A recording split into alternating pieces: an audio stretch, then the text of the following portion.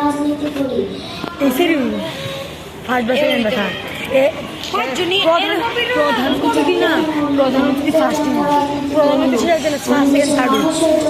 আমার মনে হয় না ট্রাফিক লাইট না শৈশব বীর শ্রেষ্ঠ হইত না মুক্তিযুদ্ধ। কিশোরগঞ্জের জনগণের জন্য রাজনীতি করেছেন। আমার কোনো চাওয়া পাওয়া নেই, আমার একটাই চাওয়া এদেশের মানুষ ভালো থাক, সুস্থ থাক, শান্তিতে থাক।